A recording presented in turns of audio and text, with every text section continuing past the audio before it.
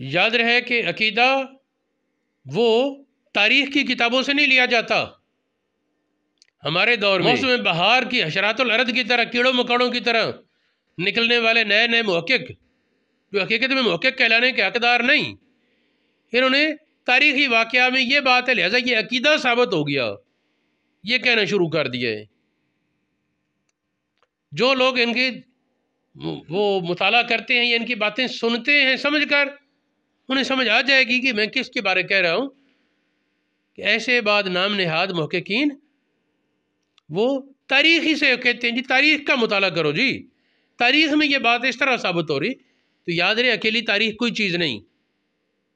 عقیدہ ثابت کرنا ہے قرآن پاک کی آیت سے کرو، عقیدہ ثابت کرنا ہے حدیث متواتر سے کرو، عقیدہ ثابت کرنا ہے حدیث مشہور سے کرو.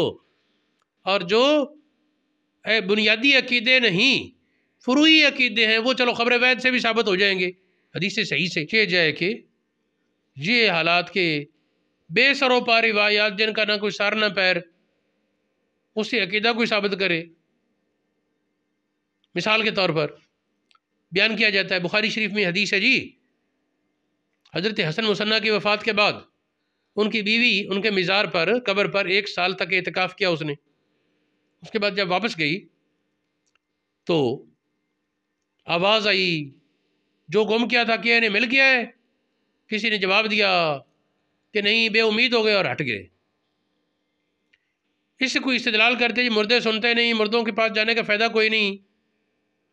تو دیکھیں یہ کس نے آواز دی کوئی پتہ ہے؟ کس نے جواب دیا کوئی پتہ ہے؟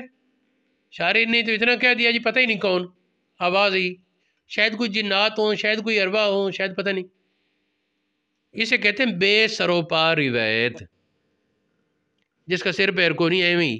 پتہ نہیں کوئی کافر جن بھی تو ہو سکتا ہے، بھابی جن بھی ہو سکتا ہے جس نے یہ بات کہہ دی ہو،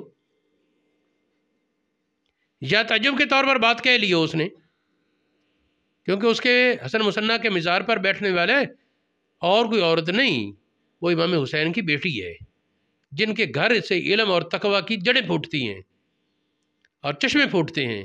ان کے بارے کہنا ہے ان کو نہیں پتا تھا اور ہمیں زیادہ پتہ ہے، یہ حماقت سے زیادہ کچھ نہیں. یہ اہل بیت کا خلاصہ ہے. اور وہ پتہ نہیں کون بولنے والا، جس کا پتہ نہیں کون اس کے پیچھے بھاگ نکلے، اور جن کا پتہ ہے کون ان کی بات چھوڑ دی. عجیب معاملہ ہے. تو یہ بے سر و پا روایات لینا یا ان سے عقائد ثابت کرنا یہ حماقت کے سوا کچھ نہیں.